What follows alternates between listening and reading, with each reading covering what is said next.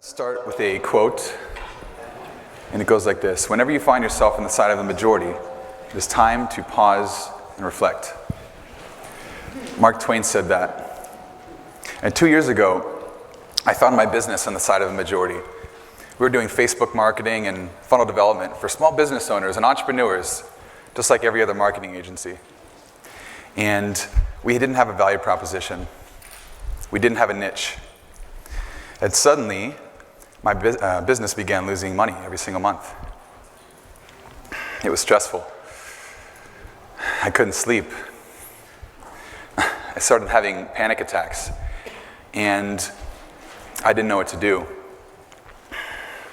But I did know this. I knew that something had to change. So after much thought, self-reflection, and research, I decided to nail down a niche. I decided to move away from spray and pray marketing strategies like paid advertising and move towards a more targeted approach with LinkedIn messaging. And what I discovered was that the secret to successful lead generation was in human-to-human marketing. And looking back, we made one of the smartest decisions ever. I was able to cut my overhead by over 50%, to completely remove myself from service delivery, and we nearly doubled our client retainers and our client lifetime value. The market was responding. So during my presentation, I'm going to show you guys the 3-step strategy to LinkedIn lead generation and creating a predictable sales pipeline. Here's what we're going to cover. We're going to cover the 3 buckets of marketing, the 3-step selling process, the 4 types of LinkedIn message campaigns, the Infusionsoft sales pipeline, 4 types of re-engagement campaigns, and the tools that we use. So there are 3 ways that I see all marketing fitting into. And the 3 buckets are referral marketing, shotgun marketing, and sniper marketing. Referral marketing being more of a passive type of marketing strategy where you're not really doing much, versus shotgun and sniper marketing where it's more of an active marketing strategy. So referral marketing is asking for referrals. It's having a referral program. The upsides here are that you have a high conversion rate and a high lifetime value. The downsides are that referrals are obviously not predictable or scalable. Unfortunately, the majority of small businesses are using this strategy to run their businesses, and I know this because I've spent the last 2 years consulting over 1,000 Infusionsoft users, and I've seen this way too much. So this is something I'm deeply passionate about. And I believe that the reason starts with Robert Kiyosaki's Cashflow Quadrant. And it says that the evolution of a professional goes from employee to self-employed to business owner to investor. So we all start out as employees or technicians. We have a specific set of skills. And we have a job, and we have no leverage, and we're trading time for money. So when we decide to go to start our own business, nothing really changes. We still have no leverage. We're still trading time for money. The only difference now is that we own a job and we have all these other responsibilities that we have to manage. So most of the business owners that I'm working with or that I've seen, they're technicians. They're working to implement client campaigns, or they're doing some type of technical work with clients, and they're managing those clients, and they don't have time to manage the money and work on the growth of the organization as well. So the marketing suffers. So what I hope today to do is to show you guys a system that you can use to go from self-employed to business owner, where you have a system and people work for you. Now, shotgun marketing. This is going to include things like Facebook ads, Google search and display, and content marketing. And the upsides here, the reason why we are all at this conference, is automation and scale. The downsides are low lead quality, low or unpredictable conversion rate, and it's very expensive. Not only do you have to pay for the labor in most cases, but you have to pay for the advertising as well. Now let's talk about sniper marketing. This is going to include things like LinkedIn social selling, cold email marketing, and telemarketing. The difference being that we're not doing a one-to-many strategy, we're using a one-on-one strategy. We're using personalization. Upsides here are conversations with prospects that develop rapport. You get to build an email list of people that you've actually spoken to. You get an extremely high conversion rate, and you save money on advertising. Sounds like good things, right? Downsides. Really the only downside is that it requires hard work or hiring a virtual assistant to help you. And if you ask me, I think the number one missing component from a lot of small businesses these days is that they don't have a prospector in their business. They would hire an assistant to help them with the administrative side before they would hire somebody to qualify the leads for them, to bring in a consistent source of people to their pipeline. And I think that that's a mistake. So let me ask you guys a question. Which strategy do you think would recruit the best employee? We could use a referral approach. We could use a shotgun approach or a sniper approach. To put this into context a little bit, the referral, obviously, we can go to our network. Probably a good idea, but kind of unpredictable, right? We don't know what sort of talent is out there. If we use a shotgun approach, that's like putting a job post on, say, ZipRecruiter.com or Monster.com. And again, we really don't know what we're going to get. More than likely, this A-player employee that we want to hire, they're not looking for a job, and they're likely not going to be on the platform where they're going to see the ad that we posted. And then we have the third strategy, which is a sniper method. We could hire a recruiter to develop a candidate profile, to do some market research, and to fill that pipeline full of qualified prospects that fit the criteria that we predefined in the beginning. I think that you guys all know which one of those strategies is going to work the best. So all of this fits into a 3-step selling process on LinkedIn. And this is nothing new or innovative. It's just what we've kind of combined and used that has worked for us. So the 3 phases are LinkedIn prospecting, the sales pipeline campaign, and the re-engagement path. And this is our bulletproof system for ensuring that we generate leads and that we keep them in the pipeline. So initially, we start by determining our service market fit. And that's all about determining what we're selling and who we're selling it to. Now, specific to what we're selling, we want to know the unique selling proposition, the benefits, and then we want to know how that fits in with our market. What are their pain points? What are their goals that they're trying to achieve? Once we define those things, we create our target list. We create a target list of companies that fit the criteria, and we also create a list of decision makers within those companies as well. From there, once those 2 things are done, we're going to start requesting connections with our target list. And once they begin accepting our connection requests, we want to start our messaging campaign to get to know them and to schedule a discovery meeting, which is the first step in our sales pipeline campaign. So our 4-step process in our pipeline is schedule discovery meeting to qualify the lead, presentation meeting to present the proposal and close the deal, and then put the client through the onboarding process. The follow-up sequences are merely there for reminding the prospect to show up to their meeting. And then, of course, no matter what happens, whether they become a client or not, we put them into the re-engagement path. And that is, email marketing, blogging, retargeting, LinkedIn posts, LinkedIn groups. It serves two purposes. We've got branding and direct response. Branding is for staying in the front of the prospects and the clients and keeping on their radar.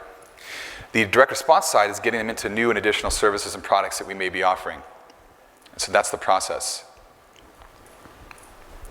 Now let's head over to LinkedIn and log in and start our process here. So first thing we're going to do is sign up for LinkedIn Sales Navigator if you haven't already. That's the little tool up there at the top right. And this is a completely separate app. So you open up the Sales Navigator newsfeed, and you can see we're tracking a bunch of different things. We're tracking companies, we're tracking specific accounts, and we've also got a social selling index score. All of this stuff tells us important information about what we need to know. Gives us the opportunity to engage with the people that we've identified as being in our target list. So what we want to do is hover over the advanced button up top there and then search for leads. And we're going to get 23 different filters here that we're going to use in order to find our target audience. You're not going to want to use all of these targeting features. It's like going into Facebook and loading everything up in there, right? You don't want to do that. You want to kind of pick a specific segment. The way we look at this is it's called firmographic fit. It's the same thing as demographics for a B2C company, but with a B2B company, now we're targeting geographic location. We're targeting company size, and we're targeting the industry. From there, we want to target a little bit more granular information, like second connections. We don't want to target first connections because they're already connected to us. Third connections don't have any direct connections with us, so we probably don't want to target them just yet either, until we kind of get our messaging down. So second connections allows us to message people that have connections in common with us, and this is a huge point for building rapport. And then the final thing that we need to do is to pick seniority level, or to pick title, of course. And so these are 2 different ways that you can do it. It depends on your business and your industry. If you are a little bit more picky about the person that you're usually talking to in the decision-making role, you want to use title. But if you could target to pretty much any C-suite level person or VP or director, then I'd recommend targeting seniority level and function, because you can get a lot more leads that way and get a bigger list. So here what we're doing, just targeting US, second connections, marketing and advertising, seniority level, and then company headcount. So I believe it's 1 to 10 and then 11 to 50, because we're targeting smaller companies.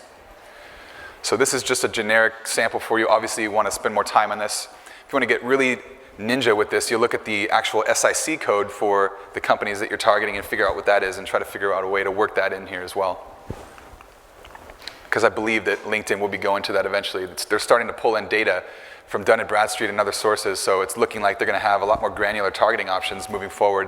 And this is all being moved by Microsoft, who just acquired them last year. So once we get our list, we want to start connecting with these people, right? We want to click those 3 little dots and connect with each one of these people individually. And the more time you spend on personalization, the higher the conversion rate you're going to get. So you definitely don't want to use the stock connection request message that they give you, because that's not going to do anybody any good. It's going to give you a very low conversion rate. If you actually personalize the connection request and you increase, you include their name, you can increase the connection request rate by a lot, actually. Not only that, but your message will appear in their connection request feed, so it takes up more space and you'll get noticed easier. And once we connect with them, this is our strategy. We want to connect, engage, schedule, and monetize. And the reason why we do it this way is because we need to go in a specific order. Success on LinkedIn has much more to do with the psychology of your approach than it does with the value of your brand or your offer, usually. So what we want to do here is first connect with the person, because if they connect with us, they accept our connection request, they're probably willing to engage with us and respond to one of our messages. If they respond to one of our messages, then they might just be willing to schedule a meeting, and if they schedule a meeting, they might just want to become a client. Now, I see people on LinkedIn all the time making this mistake, but they jump straight to schedule. They'll just jump in and say, hey, here's my business, this is what we do, I think we can help you. They think because it's the internet, it's magic. I can just, bombard people and do whatever I want, and they'll just somehow comply. The numbers will work out, right? But it doesn't work that way. And think about online dating. If you just go on some Match.com website, right, and start trying to schedule dates, is that going to be very successful? Probably not, right? You got to get to know the person, you got to engage with them, see if they respond to your message or if they ghost you, and then you got to move on to the next step in the process. So we do connect, engage, schedule, monetize. And let's have a little chat with my friend David. So David was a recent connection that we had, and so what we did is we sent our connection request. We said, David, hope you're doing well. Came across your profile, thought it wouldn't hurt to reach out. Would like to connect on here if you're open to it. So a very casual message, right? Not asking for anything. Just, hey, we might be able to network, maybe not. No real agenda. Next message after he accepts this is, hey, we connected a while back, just want to drop a note, say thanks, looking forward to keeping in touch. So again, just a little touch, not trying to, achieve anything here except maybe get them to respond to our message. If they don't respond, that's totally cool, because we haven't asked them any questions yet. Third message, now we're starting to ask questions. We want to get some engagement here. So we said, David, passed by your profile, want to learn a little bit more about your business. Want to see if there's any way we can connect and maybe do some business together. What's your business all about? So then David responds back, says, hey, here's my website, here's my phone number. Check that out. Let me know what you think and if we can, how we can do business together. So that's amazing. I didn't do anything. I just asked him questions, just showed genuine interest in him and his business, and he decided to willingly give me his information. The secret to consistent lead generation is in human-to-human marketing. Now, why do you think that is? Well, next thing in the step process here is we're going to ask him to fill out his details, right? So we're going to ask for first name, last name, email, organization name, job title, and phone number. How many of you guys are asking for all of that information in your profile? Or in your website, excuse me. Anybody asking for all 6 of those? One person? Yeah, I think that there's a reason why, and it's because they're not going to convert if you ask them for all that information, right? They just don't know you enough yet.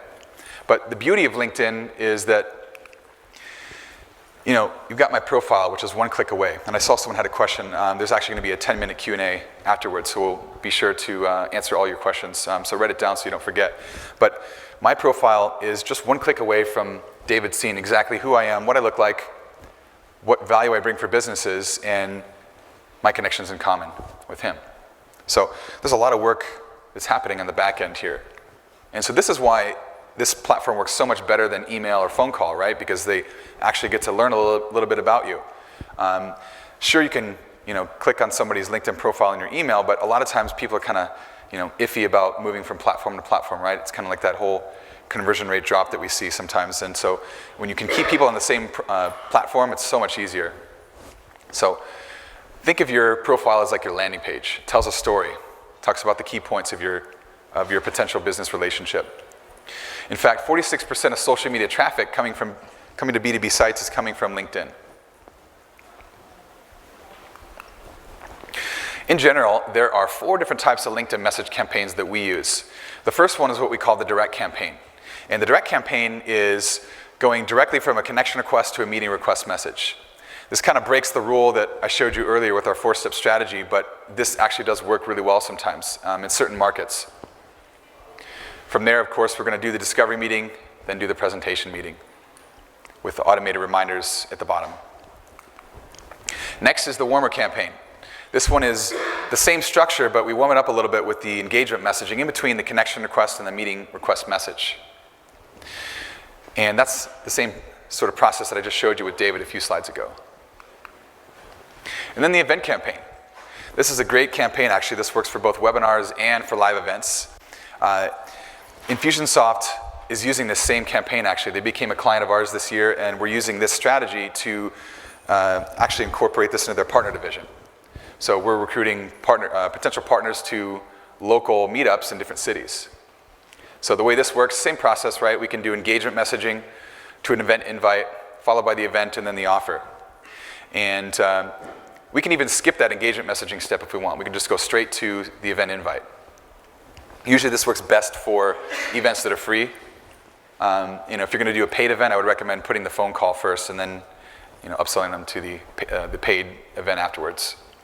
And then finally, the group growth automator. This one's a little bit different. As opposed to a direct response campaign, this is going to be more of a branding campaign. And this is what we're going to do. We're going to follow prospects on Twitter. When they follow you back, we're going to send them an automated direct message to invite them to your LinkedIn group. This could also be your Facebook group. And once that prospect joins the group, we're going to share content, collaborate, and schedule appointments. So how does this all fit in with Infusionsoft? Well, as soon as that prospect fills out the form through Appointment Core, what is going to happen is we're going to trigger a tag, which is going to bring them into a sequence where we create the opportunity. And then from there, follow up with them the day before and the day of to remind them of their appointment. If for some reason they cancel or reschedule their meeting, then we're going to pull them out of that sequence, put them in another sequence to reschedule the meeting, and then put them back in once they do. So we're using a opportunity funnel, but we're using tags for the first 2 stages. Same process with the scheduled presentation meeting sequence here, except we realize that people that go through a discovery meeting that schedule a presentation meeting are qualified. So we use My Fusion Helper to automatically move them from the scheduled stage to the qualified stage. And then from there, process is the same. Once they get to the presented sequence, that happens manually after you finish their proposal, which you should always present in person or over the internet through some sort of screen sharing software. Never email your proposal. That's going to significantly drop your conversion rate. But if they make it to the presentation sequence, it's because they said they need to think about it or they didn't convert for some reason. So we need to kind of nurture them along a little bit with email and phone call tasks to our admin team to reschedule their meeting for a follow-up. And then the accepted sequence is where we can deliver all of our onboarding actions, and the moved into lost sequence is where we can actually send out a survey to figure out what it was that this prospect made this prospect decide not to do business with you. And so if we see a pattern, we can actually improve our sales process. And then the very bottom, you can see we've got what's called a sales development blueprint. And this is just a little time management hack that we started using where we actually created a landing page in Infusionsoft using the old landing page. And we have all of our discovery call questions here, and they're all tied to custom fields in Infusionsoft. So we can actually just have all of the contact information, all the questions that we answered right within that contact record. We don't have to worry about having separate Google Docs or Word docs. And so here's how to predict the pipeline. So we need to really track 5 different types of numbers here. We need to track active opportunities. We also need to know our conversion rate. We need to know sales cycle time, quote to close ratio, and average deal size. So as an example, let's say that you have a 10% conversion rate, and so every 10 people that you bring in top of funnel, you close one person into a client. Well, you know, okay, great, I got to get 10 people in here just to close one deal this month. So I need at least 10 active opportunities at all time. I need to, monitor what my sales cycle time is. It could be 30 days, 60 days, 90 days, whatever it is. That's also going to kind of determine how quick you are to getting a deal. And then quote to close ratio. So how many times do you close a deal once you present to them? And then what's the average deal size? So these are some of the numbers to look at and keep track of, because this can show you areas of concern before they actually become a real problem. And then rarely do campaigns ever work flawlessly, right? We're going to need some additional campaigns to nurture them back in. So we've got 4 different types of re-engagement campaigns. The first is the cancel or miss campaign. This one's going to be for contacts that cancel or miss their campaign, or miss their meeting, of course. And you could separate this if you want to, or you can keep it the same. We usually just kind of keep it simple. We also use the schedule later campaign for people that go through the discovery meeting but that are not ready yet to schedule their proposal meeting for whatever reason. Maybe the boss is out of town, they're just not available that next week, or they don't know their schedule, etc. And then incubation campaign is for people that are interested but just not ready yet. So they want you to follow up with them 30, 60, 90 days down the road. And then the unresponsive campaign. This one is for those lovely prospects that go MIA on us. So those are the campaigns. These are the tools. There's 6 core tools that we use, which is LinkedIn Sales Navigator for getting the intelligence, right? We need to be able to segment lists and to search for really granular pieces of information in LinkedIn. The only way that you can do that is using Sales Navigator. We also need to have an appointment booking system, so we use Appointment Core, which many of you know is integrated with Infusionsoft, so we can trigger tags and start the sequences. We also use the deluxe sales version of Infusionsoft in order to have all the opportunities that are required to use people and put them into the pipeline. And then Go Proposal is another tool that we're using to simplify and speed up the process of generating proposals. That's actually a really cool tool, also created by a partner. And then Zoom, because we never ever email quotes. We always do screen share for everything. I would even recommend doing a screen share for your discovery meeting if you really want to build a relationship really fast with people, because that's going to help you kind of get to know each other. If something awkward happens, it's totally cool. It just builds the relationship faster. And so those are the 6 tools that we're using. So here's what you guys learned. We talked about the 3 buckets of marketing, 3-step selling process on LinkedIn, the 4 types of message campaigns, the Infusionsoft sales pipeline, the 4 types of re-engagement campaigns, and the tools that we use. If you guys want a copy of these slides, make sure to text the word LinkedIn to 72,000, and you'll receive those via email. Also, what's that? Are you going to need international? I don't know if that works for international or not. It doesn't? Okay. Yeah. No worries. If we can talk after, I'll give you my email and I'll send you the slides afterwards. It's just mark@sevenfigureautomation.com with the number 7. So yeah, you'll get a copy of the slides there, and also we're doing a launch of a beta program for LinkedIn training. So if you want to learn how to do LinkedIn training for your business, or you want to have an employee on your staff learn how to do this for your business, then you can check the box that says I'm interested in the LinkedIn beta program, and you'll get a discount, and you'll get some additional training and stuff if and when we do launch that. And so in summary, LinkedIn can be an incredibly powerful source of business and lead generation for you guys if you're willing to put in the time and effort to make it work for your business. The secret to successful lead generation is in human-to-human marketing. Thank you.